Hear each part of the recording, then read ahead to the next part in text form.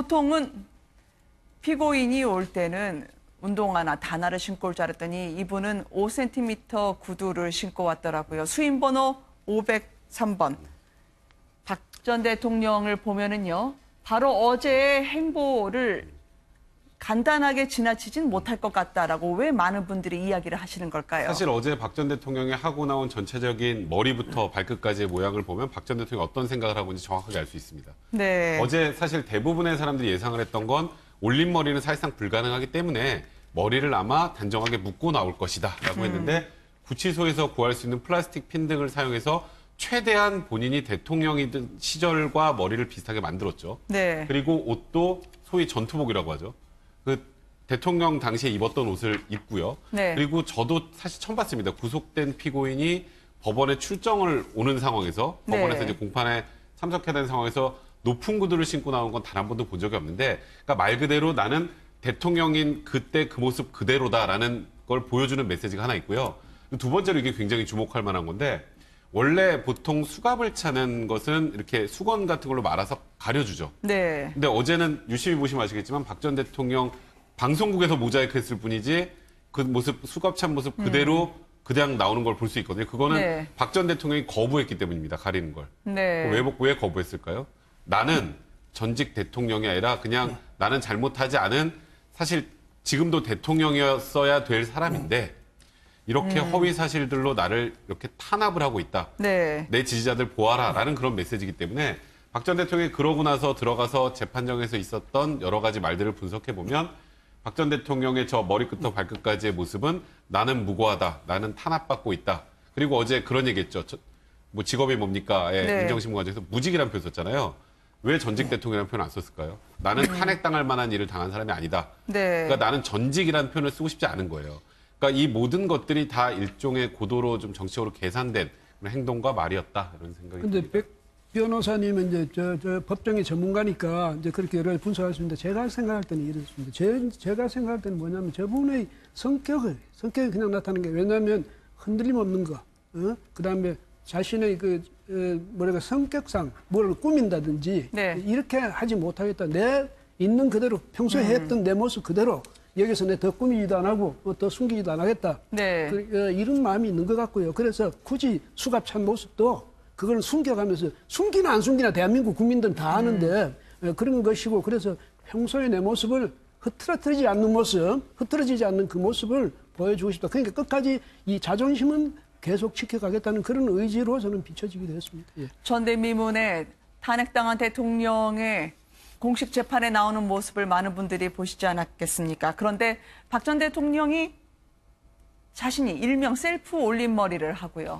그리고 운동화 대신에 구두를 선택한 이유에 대해서 심리 분석가들이 정밀하게 들여다보기 시작했습니다. 오히려 상황이라는 최순실보다 더한 정치적 고려가 깔린 게 아니겠느냐. 이 같은 분석입니다. 한번 들어보시겠습니다. 자신의 자존감을 유지하기 위한 하나의 수단이죠. 잘못을 인정하지 않는 거기 때문에 나름대로의 품위, 존엄성 이런 거를 유지하고자 하기 위한 시도죠. 만약에 이제 최순실 씨와 어떤 뭐 눈을 마주치거나 서로의 어떤 감정을 주고받으면 사적인 그런 어떤 특별한 관계를 더 인정하는 셈이 될 수도 있고 여러 가지 아마 심정이 들었겠죠. 얼핏 스쳐갔던 장면이긴 합니다만 천장을 쳐다보거나 작게 한숨을 내쉬는 박 전 대통령. 자신의 존엄을 훼손받지 않겠다라는 심리였을까요? 오히려 방청석의 수석들, 함께 일했던 사람도 있지만 단 한 번 시선을 주지 않았다고요. 네, 그렇습니다. 어제 저 첫 재판의 모습을 본 어떤 수사 관계자들, 네. 그리고 어떤 심리학자들 이런 분들하고 제가 몇 분 통화를 했었는데 공통적으로 이렇게 이야기를 합니다. 이제 피의자나 피고인이 이제 스스로 자신이 네. 어떻게 한심하고 좀 비참하다, 또 한탄스럽다.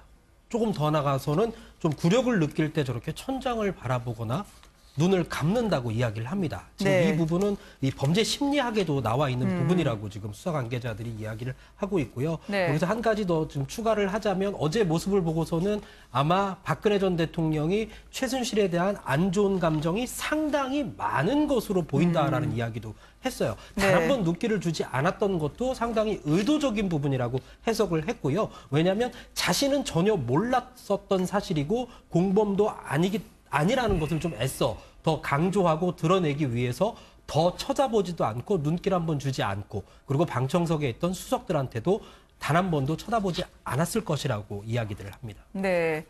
보이지 않은 재판정에서의 뒷이야기, 화면 속 모습에 대해서 증언을 하고 목격담을 전해주시는 분들이 있습니다.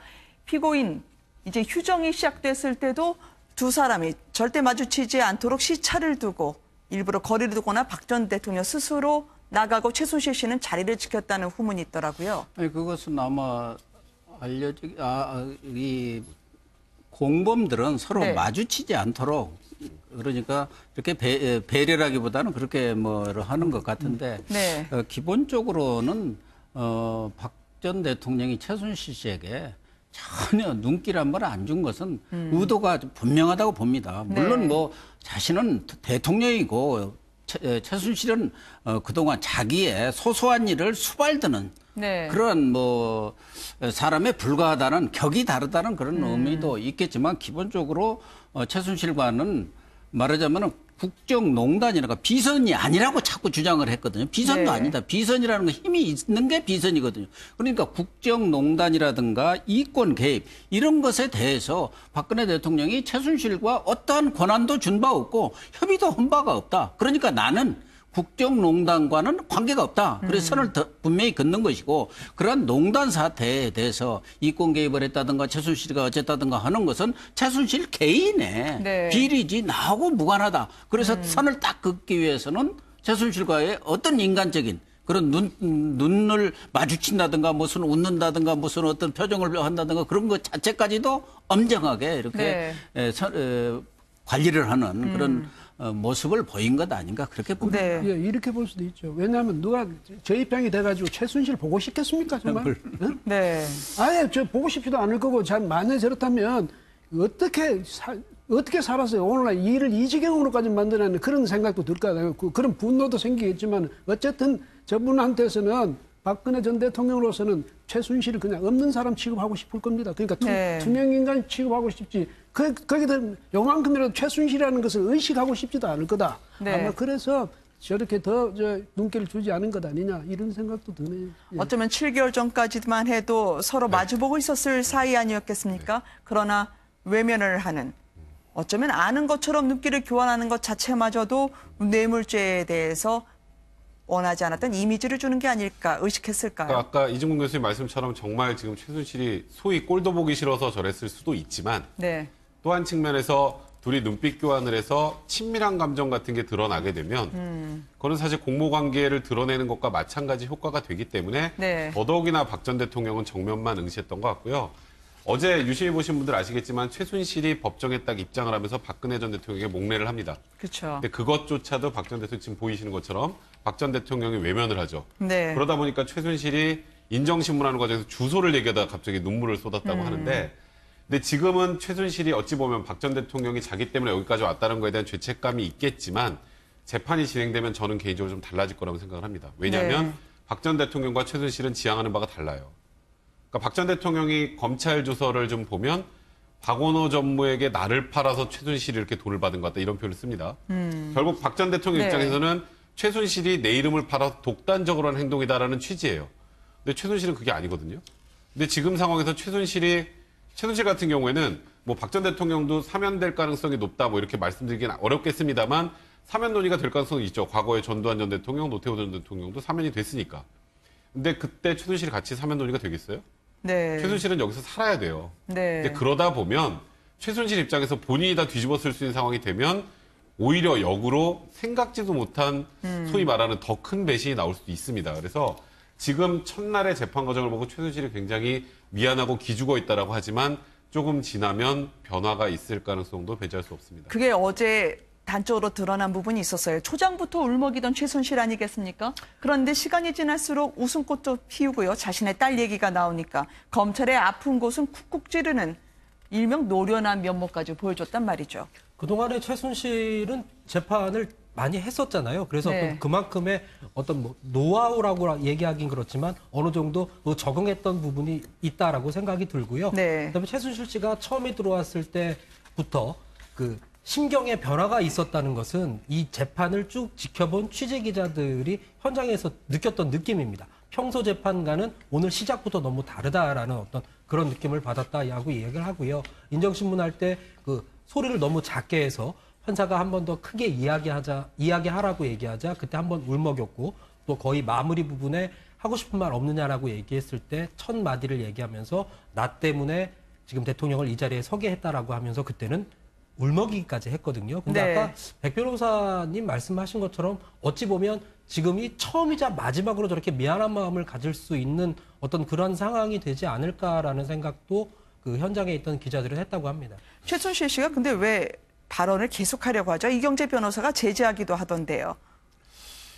그 모습을 저는 뭐 정확히는 뭐요 네. 우리 백 변호사님이 더 잘 아시겠지만 일단 최순실 씨가 발언을 자꾸 많이 하는 것이 과연 첫 그 재판에서 모양새도 나쁘려니와 네. 같이다 하면은 지금 최순실 씨는 박근혜 대통령에 대해서 본인이 죄인이라고 말만 하는 것이지 실제로 지금 모든 혐의에 대해서 부인을 하고 있거든요. 네. 자기가 죄인이라고 하려면은 내가 이게 잘못했다. 전부 박근혜 대통령은 관계가 없다.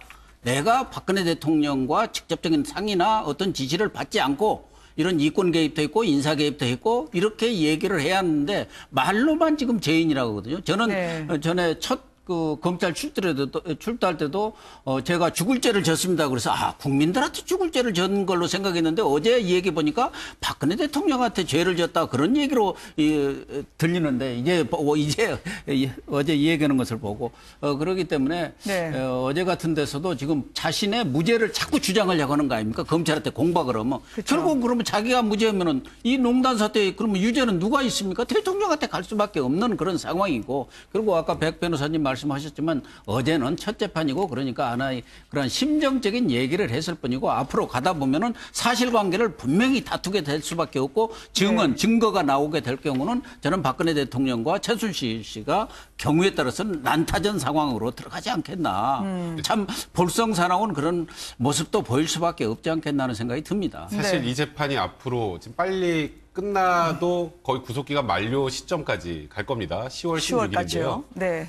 이 재판의 하이라이트는 박근혜 전 대통령이나 최순실을 분리해서 증인신문을 됩니다.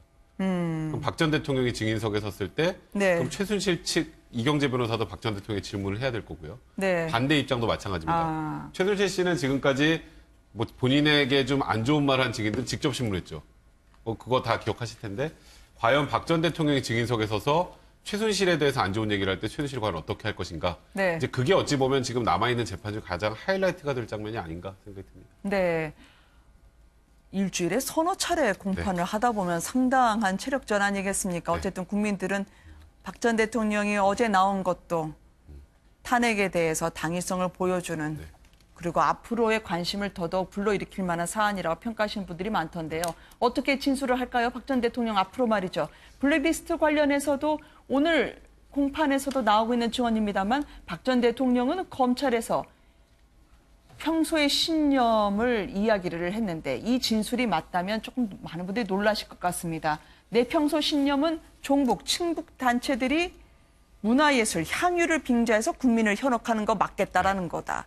이거는 김계춘 실장 얘기하고 똑같습니다. 네. 그러니까 이거는 그냥 소위 말하는 박근혜 정권의 문화, 어찌 보면 좌편향돼 있는 문화계를 중립적으로 바로잡았다는 취지인 거예요. 네. 근데 이제 이게 현실적으로 이제 국민들이 체감할 때는 받아들이기 힘든 말인 거죠. 그러니까 박 전 대통령이 혐의를 부인할 수 있는 것, 예를 들어서 뇌물죄 관련해서는 나는 한 푼도 받지 않았으니까 모른다잖아요. 근데 블랙리스트는 사실 이제 어느 정도의 지시, 간접적인 지시까지는 시인할 수밖에 없는 상황입니다. 그러면 어떻게 해야 될까요? 이거는 내 통치행위. 네. 이거는 우리 국정기조에 맞춘 행동이기 때문에 이건 죄가 아니다. 근데 그래서 이런 평가가 있었어요. 유영하 변호사가 박 전 대통령이 블랙리스트로 처벌받아야 되면 네. 살인자 같은 경우 살인자 엄마도 처벌받아야 되는 것 같은 거다. 그렇죠. 그러니까 어떤 단체가 이 단체 좀 문제가 있는데요라고 한 게 단데 나중에 그 단체가 예를 들어서 지원을 못 받았다면 뭐 쉽게 말하면 그런 거죠. 살인죄를 저지르면 네. 누구까지 처벌해야 되는가가 이제 형법에서 나오는 말입니다. 그럼 첫 번째 살인자는 당연히 처벌해야 되고 살인자를 도와준 사람은 처벌해야겠죠. 거슬러 가다 보면 결국 살인자 엄마가 살인자를 낳기 때문에 이런 일이 벌어졌으니까 살인자 엄마도 처벌해야 된다라는 학설도 옛날에 있었어요. 이제 그런 취지로 그냥 그 정도 던진 말, 우리 국정기조에 관련된 얘기를 한 걸 가지고 이걸 그러니까 소위 그전에 계속 얘기했던 것처럼 엮는 것은 문제가 있다라는 그런 기조로 아마 네. 이 주장을 이끌어갈 가능성이 굉장히 높습니다. 박근혜 정부의 비판적인 영화를 개봉했던 이미경 당시 부회장에 대해서도 박 전 대통령이 일부 인정을 한 것으로 전해지고 있습니다. 상당히 걱정스럽다, 좋지 않은 이야기가 있다고 전달한 사실은 있다 하던데요. 대통령의 말 한마디는 네. 그것이 본인의 어떤 의도를 가지고 얘기를 했던 그 파장은 엄청난 겁니다. 네. 예를 들면 이미경 부회장 그 좋지 않은 얘기가 있던데 그 말 한마디로 그럼 그것을 들은 네. 비서관이라든가 무슨 관계기관의 장관이든 뭐 그 관계자들은 그러면 왜 이런 나쁜 얘기가 나왔느냐. 또 대통령의 생각이 뭐냐. 그걸 추론해가지고 거기에 대해서 조치를 내리게 돼야 있어요. 네. 그러니까 박근혜 대통령은 기업들한테도 나는 돈 뭐 뇌물이고 뭐고 받은 적이 없다. 그런데 대통령이 이런 일을 좋은 일을 위해서 좀 돈을 좀 기부를 뭐 좋은 일을 좀 해 주십시오. 그거 좋은 얘기죠. 네. 그러나 기업의 입장에서는 그건 엄청난 압력으로 들릴 수밖에 없는 네. 그런 사실에 대한 박근혜 대통령의 인식이 좀 부족한 것 같은데 이번의 경우도 본인이 이 얘기를 했지 않습니까? 어떻게 보면은 압력을 가했다는 실토를 한 거예요. 네. 그러니까 좋지 않은 얘기가 있으니까 그걸 전달을 왜 했습니까? 전달을 한 것은 조치를 취하라고 전달을 한 거 아닙니까? 자기만 알고 그런 얘기가 있어서 그렇게 들었으면은 끝났는데 전달을 했다는 것은 거기에 대해서 시정 조치를 취하든 어떤 필요한 조치를 취하라는 지시사항이라고 다른 지시사항이라고 볼 수밖에 없는데 나는 전달만 하고 그런 얘기가 있다는 얘기만 했는데 그게 무슨 잘못이냐? 이게 말이 안 되는 소리라는 거죠. 네. 우리는 좌파 위에 떠 있는 섬이다. 이 블랙리스트를 관장했던 관계자들 사이에서 박 전 대통령의 말인데 떠돌았던 말이 있었었는데요. 참 검찰에서는 그러면 박 전 대통령을 희화한 여의도 텔레토비 때문에 이미경 부회장을 압박시킨 것이냐라고 물으니까 그거하고는 무관하다고 하네요. 이거 웃어야 될지 말아야 될지 참 찹찹하게 여의도 텔레토비 제작진들은 들을 것 같습니다. 종북몰이, 특히 좌편향 NGO에 대해서 종북 반국가단체로 규정을 했던 부분에 대해서 많은 분들은 이제 자신과 성향이 다르다고 해서 종북으로 낙이 찍는 거에 대해서는 물러서야 될 시대라고 생각하실 것 같아요. 사실 이런 내용들이 저는 가장 걱정스럽다는 생각이 들어요. 아까 박근혜 전 대통령도 그런 표현 썼잖아요. 네. 뭐 종북, 친북 그 단체들이 활동하는 것에 대해서는 좀 우려를 표시했다는 건데 지금 소위 약간 진보적인 예술인들, 그러니까 지금 뭐 그럼 이미경 부회장, 뭐 CJ에서 만들었던 변호인, 뭐 그런 부분들에서 김기춘 실장도 굉장히 문제 삼았다고 하지 않습니까? 네. 그 변호인이라는 영화가 종북 영화인가요? 그러니까 본인과 생각이 다르고 본인의 네. 극도로 보수적인 생각과 다르면 종북, 친북이라는 표현을 붙여서 지원을 중단하고 그쪽 단체 탄압을 가했다면 이건 문화예술계의 다양성을 사실상 말살하는 겁니다. 이건 전체주의죠. 네. 근데 이거를 지금 이 상황에서 전혀 아무렇지도 않게 이게 뭐가 잘못이냐라고 하는 것 자체가 지금 대다수의 국민들의 생각하고는 굉장히 동떨어져 있기 때문에 이런 진술조서들이 공개되는 것들이 어찌 보면 국민들을 좀 더 분노하게 만드는 게 아닌가 생각합니다. 제가 생각할 때는요, 대통령도 이념적 지향성을 가질 수가 있어요. 그 다음에 친북, 마녀, 종북 이런 우리 사회에서도 일반적으로 그렇게 이야기가 되어 왔으니까 그런 상황에 대해서 대통령 우려를 표할 수는 있어요. 왜냐하면 대통령은 그런 이념성을 갖지 말아야 된다. 이념적 지향성을 갖지 말아야 된다. 그런 데 대해서 호불호를 이야기하지 말아야 된다. 그런데 우려를 표하지 말아야 된다. 이렇게 하면 그것도 마찬가지로 어떤 전체주의적 발상일 수 있거든요. 네. 그래서 만약에 어떤 자기가 생각할 때는 이 보수적 그런 마인드로 볼 때는 저 친북, 종북 저런 편향성이라든지 저런 경향은 우려스럽다. 이렇게 이야기했는데 그러나 내가 그렇다고 생각하는 그 단체들을 없애라든지 그 사람들한테 그 활동을 못하게 하라든지 방해하라든지 만약에 이런 지시가 있다면 이건 정말 심각한 문제죠. 그런데 그것이 아니라면 그냥 그렇게 만약에 저분이 말씀하신 대로 그런 우려 정도를 표명했다면 그것이 저는 생각할 때 그게 범죄 구성 요건이 되느냐? 제가 생각할 때는 그렇게까지 볼 수 없는 게, 왜냐하면 대통령이란 특별한 지위에서, 그럼 대통령이란 지위에서 그런 정도까지 우리나라의 이 문화 정책의 방향이라든지 이런 것을 스스로가 결정하지 못한다면 대통령 뭐 하랍니까? 그 정책을 자기가 그 방향을 결정하지 못한다면 그 정책의 방향이 명백히 그 위법 사항이라면 그건 모르죠. 전 앞으로 이제 재판을 해봐야 되겠죠. 근데 그 자체만으로 종북 친북 성향 그 자체만으로 우려하는 그 자체만으로 해서는 네. 그건 좀 문제가 있지 지금 않냐. 말씀하셨던 것처럼 예를 들어서 뭐 종북적인 성향, 뭐 친북적인 성향의 예술인들의 지원을 배제했다. 그러면 어느 정도 납득할 수 있어요. 이번에 블랙리스트 대상이 된 사람들 다 보셨습니까? 거기 다 친북입니까? 그러니까 이거를 보면 박 전 대통령은 지금 이렇게 표현을 하고 있지만, 물론 말씀하셨던 것처럼 우리나라 예술계 다양성 인정해야 되고, 그리고 북을 찬양한다는 그거는 뭐 국가법 위반입니다. 그런 부분들을 걸러내는 거는 박 전 대통령뿐 아니라 문재인 대통령도 해야 될 일이에요. 하지만 네. 그게 아니라 다양한 예술적인 관점을 배제하고 정권 친화적인 것들만 뭐 지원을 하고 나머지를 배제를 하고, 이번에 블랙리스트 명단을 보시면 정권에 배치되는 데는 다 배제를 했단 말이에요. 그럼 그 배치된 쪽이 다 종북인가요? 아니, 그런 방식의 이제 문화예술 정책의 접근은 이건 절대로 있어서는 안 되는 일이다라는 그러면 겁니다. 반대로 그야말로 정권 친화적인 단체가 있었다 칩시다. 그럼 그 단체가 만약에 그런 활동을 했는데 거기에 대해서는 정부가 적극적으로 지원했다. 그게 또 구체적으로 나와야죠. 그다음에 그러니까 정권 친화적인 단체나 뭐 예술인들에 대해서는 이렇게 없었던 지원을 하고 그 반대되는 그 정부의 그러니까 이 협조적이지 않은 그런 단체에 대해서는 이렇게 손실을 끼쳤다든지 이것이 좀 명백하게 제시가 돼야 되는 거죠. 이거를 문재인 대통령이 어쨌든 나는 누구의 패권에 혹은 어느 한편의 대통령이 아니라 국민의 대통령이라 얘기했던 것처럼 문화정책도 이렇게 해결을 해야 되지 않을까 싶습니다.